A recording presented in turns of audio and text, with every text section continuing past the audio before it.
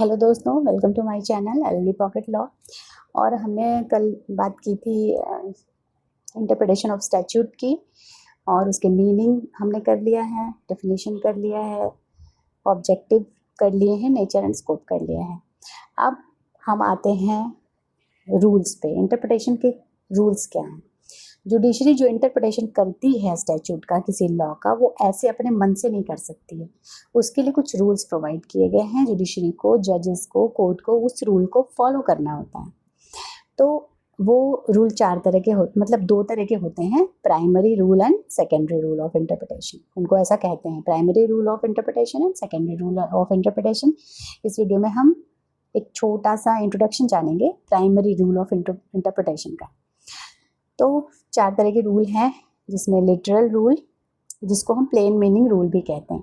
Literal का मतलब होता है भाषा से, यानी जैसा वर्ड लिखा हुआ है उसका जो मीनिंग है सिंपल, उसी को जुडिशरी को अप्लाई करना है। ये क्लियर है कि अगर किसी वर्ड का लिटरल मीनिंग क्लियर है तो फिर जुडिशरी को उसी को अप्लाई करना है, अलग से उसे इंटरप्रिटेशन की कोई ज़रूरत नहीं है।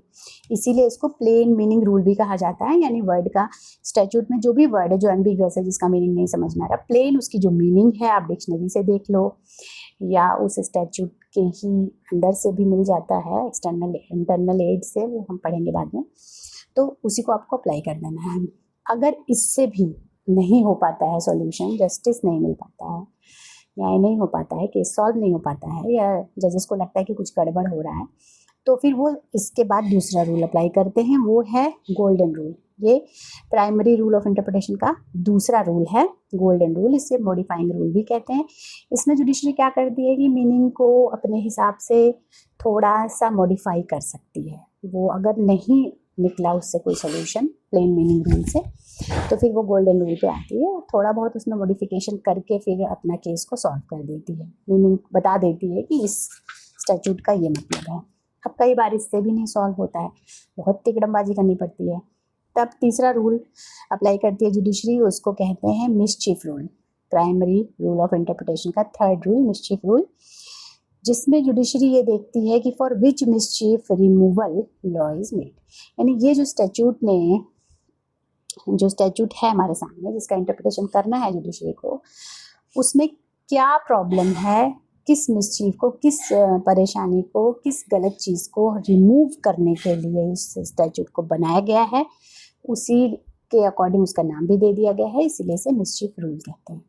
अब जो चौथा रूल है वो पर्पजिव रूल है। जब इन तीनों से सॉल्यूशन नहीं निकलता है तो फिर जुडिशरी पर्पजिव रूल की तरफ जाती है, वो अप्लाई करती है।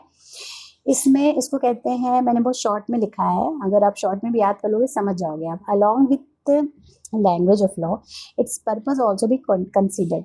यानी देखिए, यहाँ पर हमने लॉ की लैंग्वेज ही देखी है।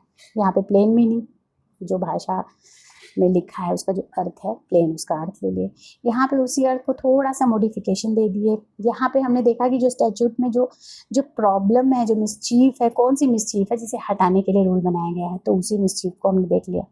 लेकिन अब कई बार मीनिंग से काम नहीं चलता है, भाषा से सिर्फ काम नहीं चलता है, कई बार मीनिंग क्लियर होता है लेकिन फिर भी जो है जजेस नहीं डिसीजन कर पाते हैं, नहीं हो पाता है इंसाफ, न्याय।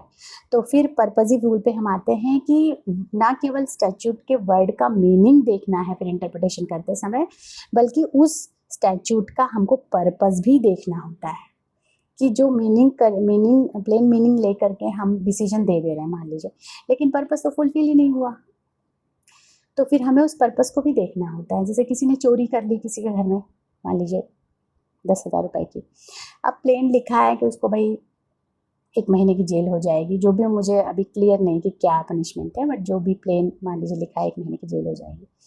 अब अगर हमने कह दिया भाई 1 महीने की, लेकिन अब अगर उस इंसान ज़बरदस्ती, वो उसके घर में एक्चुअली चोरी करने नहीं घुसा था, उसका इंटेंशन था उसके घर में चोरी के बहाने घुसना और कुछ और चीज़ें भी गलत करना, तो फिर यहाँ पे इंटेंशन तो डिफीट हो रहा है ना लॉ का, स्टैट्यूट का, पूरी तरह से तो न्याय नहीं हो रहा है, पूरी तरह से तो उस आदमी को पनिशमेंट नहीं मिल रही है। तो फिर जुडिशरी को पर्पस भी देखना होता है कि भाई क्या पर्पस है इस लॉ का, मीनिंग के साथ साथ उसको स्टैट्यूट का पर्पस, उसका इंटेंशन क्या है, ऑब्जेक्टिव क्या है, इसे भी कंसीडर करना होता है। यही 4 रूल हैं, इसे हम आगे अगले नेक्स्ट वीडियो में पढ़ेंगे।